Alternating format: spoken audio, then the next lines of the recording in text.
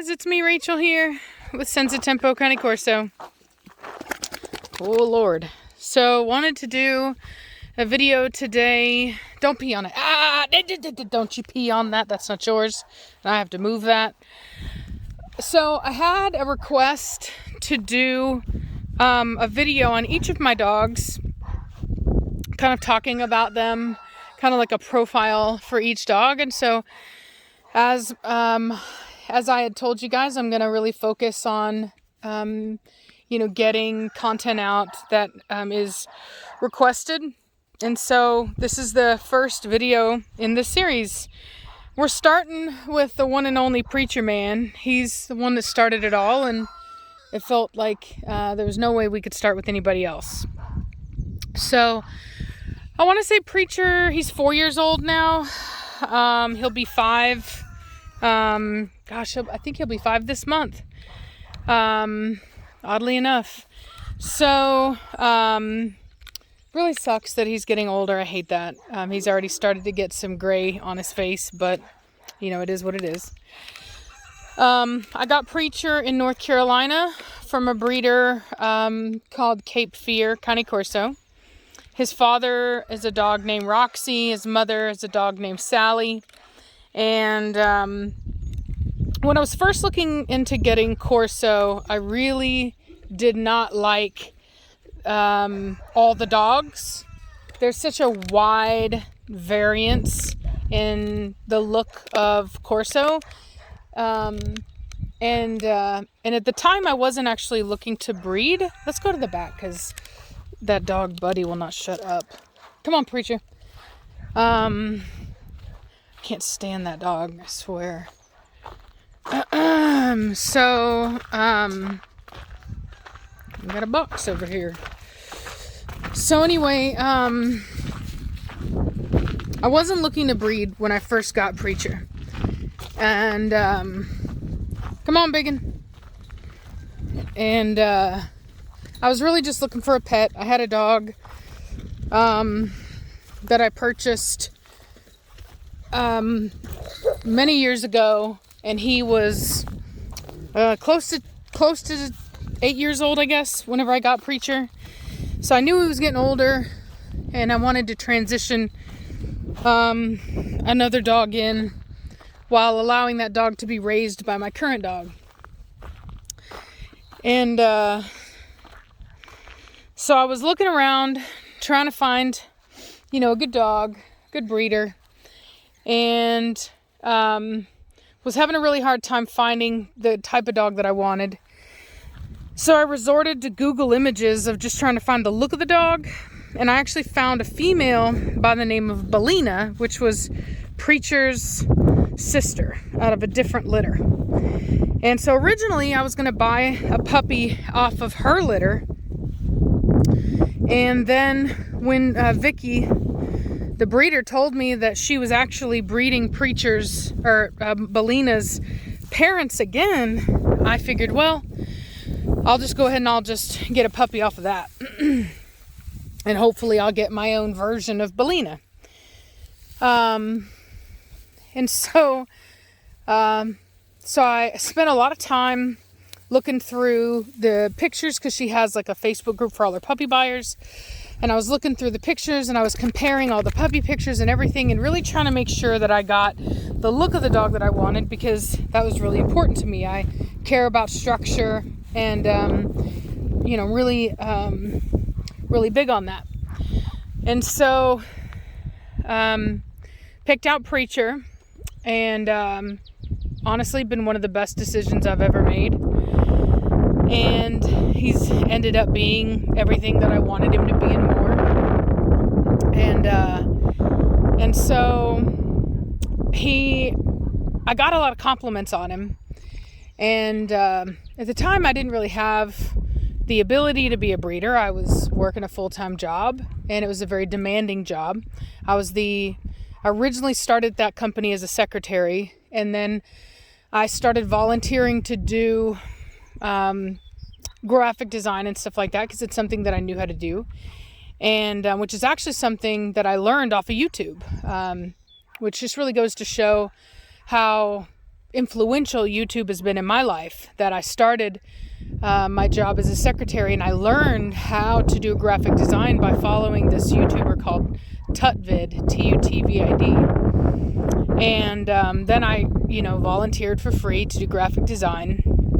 I already had some experience in web design from a other company that I had worked at where we were doing web design. And so I kind of combined those two traits with the graphic design and the web design. And through volunteering to do the work and showing that I could do it, I ended up being the head of our marketing department, which really we didn't even have a marketing department. And so I became the marketing department. So I was building websites, and I was doing marketing and both print and digital. And so it was a very demanding job. There's nobody else that I could kind of share work with.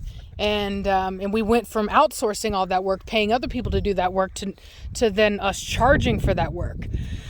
So anyway, I kind of, got successful at that and used that to purchase Preacher, and was just happy having, Preacher as a pet. But I was just getting a lot of compliments on Preacher, and from what I could see, Preacher seemed to be a very high quality dog. And I had some people that, really wanted me to breed him, and which I know is a story that a lot of people have. Preacher, get out of that trash pile right now. Boy, he's like, I'm gonna pee on it. Just give me a second, let me pee on it. And then we're good. Look at him, he's gonna pee on it. What are you doing out here, Gilbert? So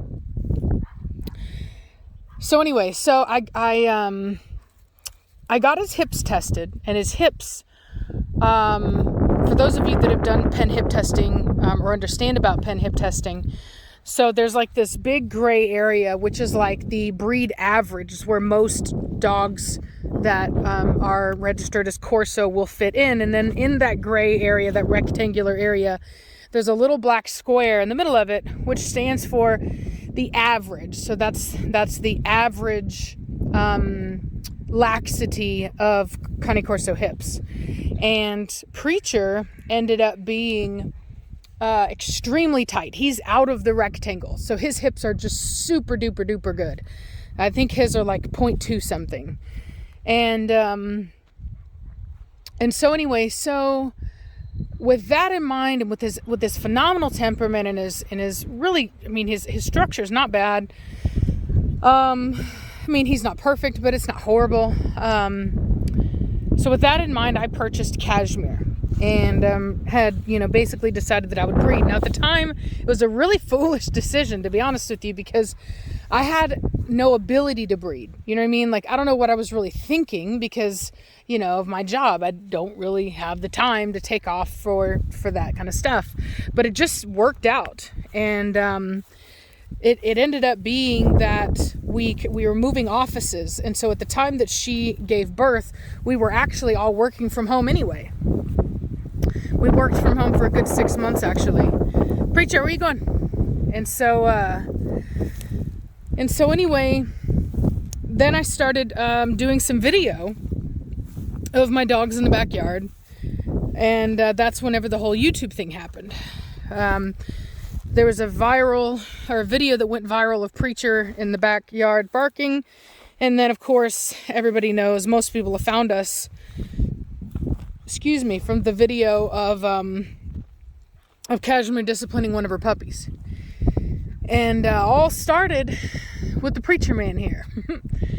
And I've had people ask me, well, if somebody, asked you to sell him, what would you sell him for? And I was like, I really thought long and hard about it, because I've got some really good friends of mine that have sold some dogs, and there's been Corso that have sold for thousands of, the most I think I've heard of is like $27,000. And I thought to myself, could I do it, this and that, right? And the reality that I figured out was absolutely not. And the reason for that is because Preacher makes it worth it. He's what it's all about. You know what I mean? Every time that I breed a dog, I'm hoping for another Preacher in temperament. Granted, I'm hoping to breed better in structure, but temperament, that's what I'm hoping for. And he's just such a special dog. Where are you going, Preacher? Get back over here.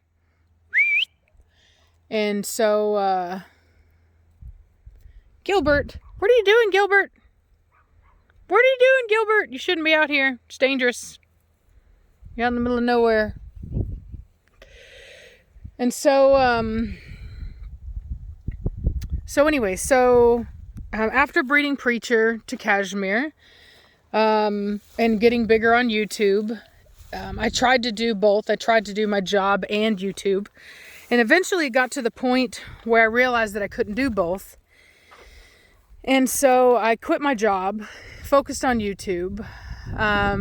We went ahead, and that's whenever I met Reese. She contacted me, and she knew about how I didn't want to participate with AKC originally.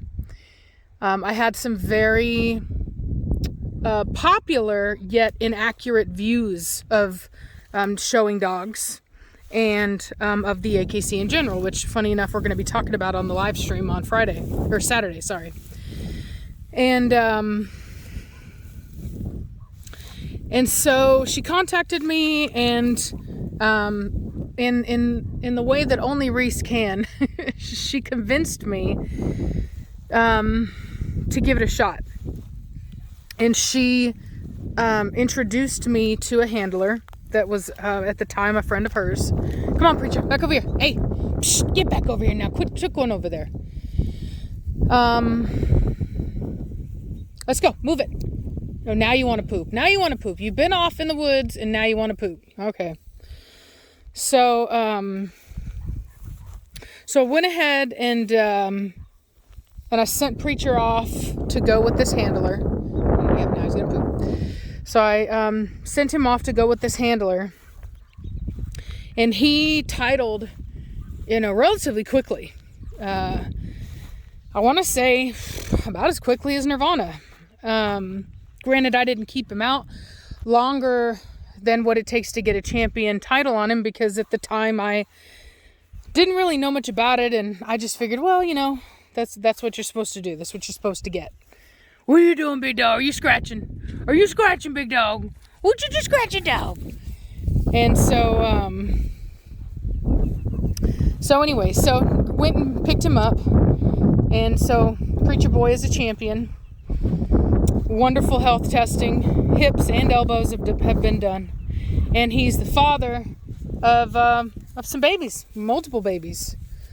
And I'm really hoping, a lot of people ask me, why don't you breed him? Well, because I've tried to get a lot of females in to breed him with, and unfortunately I've been really unlucky in that the majority of the females that I got to breed him with just didn't work out. My first was Seneca. As you guys know, she was a nutcase.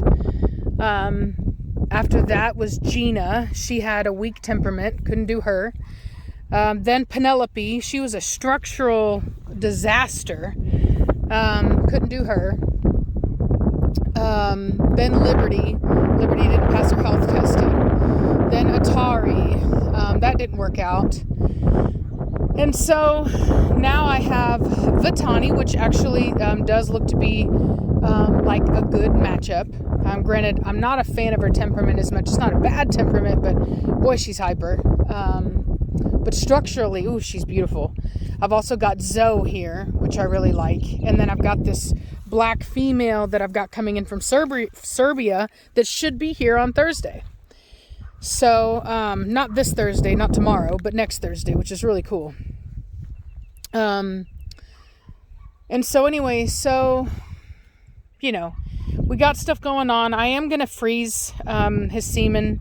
That way I still have some going forward, because I would like to kind of bring his genetics back in from time to time, because his offspring are very special. He has very dominant genes in that his temperament comes through pretty strongly, and so does his amazing hip scores. So that's the deal on Preacher. If you have any questions about him that I didn't answer here, go ahead and give me a comment down below, and I'll let you know. For those that are wondering, he is 100% European lines. He doesn't have any American lines. And that's not the same for all of my dogs, but in him in particular, he's 100% European lines. So, yeah, that's about it. And hope you guys are having a great day. And I'll talk to y'all later. Preacher, what's that? Do you see him? Did you see him? Preacher, did you see him? Preacher, what's that? Preacher, what's that bird? Do you see that bird? You better skeet him. Yeah, he's like, whatever, Mom. Anyway, alrighty. Well, y'all have a good day, and I'll talk to you later. Bye.